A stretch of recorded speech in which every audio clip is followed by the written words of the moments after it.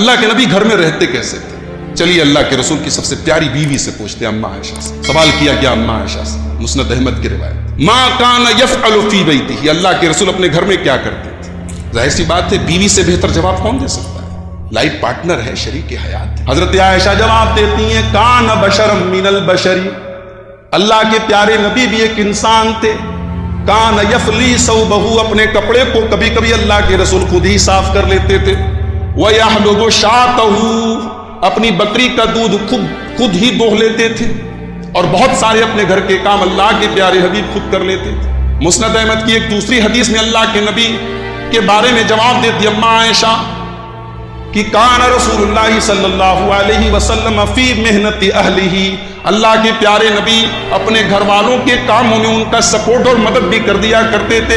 فَإِذَا نُودِيَ لِلصَّلَاةِ، جب اذان کی آواز آ جاتی تھی اللہ کے نبی اپنے گھر مسجد چلے جاتے تھے نماز پڑھنے کی۔ یہ مت سمجھیے گا کہ اللہ کے رسول صلی اللہ علیہ وسلم بہت فری رہتے تھے، اس لیے گھر میں بہت سارے کام، دنیا کے سب سے بزی انسان تھے، بہت کام تھا اللہ کے رسول، بہت مصروف تھے آپ، لیکن ساری مصروفیت اپنی جگہ ہے اور گھر والوں کی ضرورتوں کا خیال۔ اچھا اللہ کے رسول کے گھر میں کھانا کیا بنتا تھا؟ اما عائشہ رضی اللہ تعالیٰ عنہ فرماتی 2 مہینہ گزر جاتا تھا، ما کننا نستوقد، ہمارے گھر میں چولہا نہیں چلتا۔ حضرت انس نے پوچھا کہ پھر کھانا کیا کھاتے تھے آپ؟ قالت الاسودان التمر والماء، حضرت عائشہ کہتی ہے کھجور اور پانی پر محمد رسول اللہ کے اہل بیت کا گزارا، نبی کے گھر والے کھجور اور پانی پی کے 2 مہینہ گزارا کر لیتے تھے۔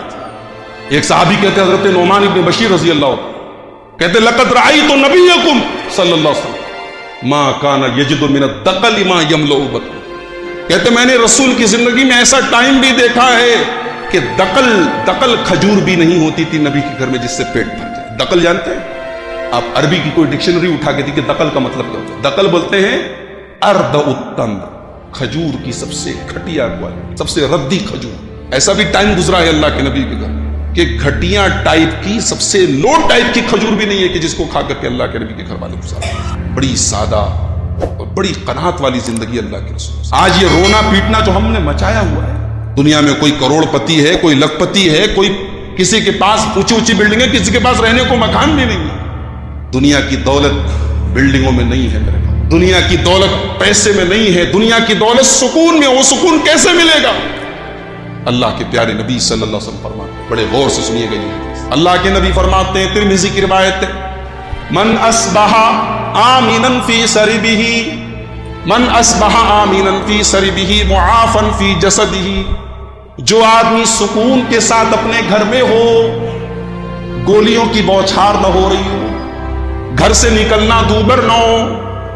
آج دنیا میں کچھ ایسے بھی علاقے، ایسے بھی خطے موجود ہیں جہاں لوگ خوف اور ڈر کے دہشت کے سائے میں رہتے ہیں، کب کون سی گولی آ کے ان کے بچے کے سینے میں لگ جائے۔ اللہ ان پر اپنا رحم کرے۔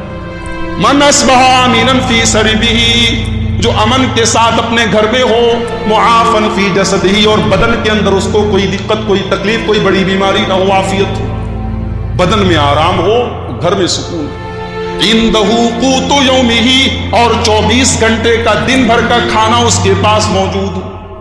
یہ 3 چیزیں اگر کسی کے پاس ہوں، اللہ کے پیارے حبیب فرماتے ہیں فَكَأَنَّمَا حُيِّزَتْ لَهُ الدُّنْيَا بِحَذَافِيرِهَا، سمجھو دنیا کی ساری دولت اس کو مل گئی، دنیا کی ساری دولت اس کو مل گئی۔ نبی نے یہ طرز زندگی، یہ لائف سٹائل ہم بہت ہی سمپل، بہت ہی سادہ اللہ کے رسول نے اور آپ کی بیویوں نے زندگی گزاری۔ ایک ٹائم ایسا بھی آیا تھا رسول کے گھر میں کہ رسول کی بیویوں نے اجتماعی طور پہ مطالبہ کیا کہ ہمارا خرچہ بڑھایا جائے، ہم کو زیادہ پیسہ دیا جائے ہمارے خرچے کے۔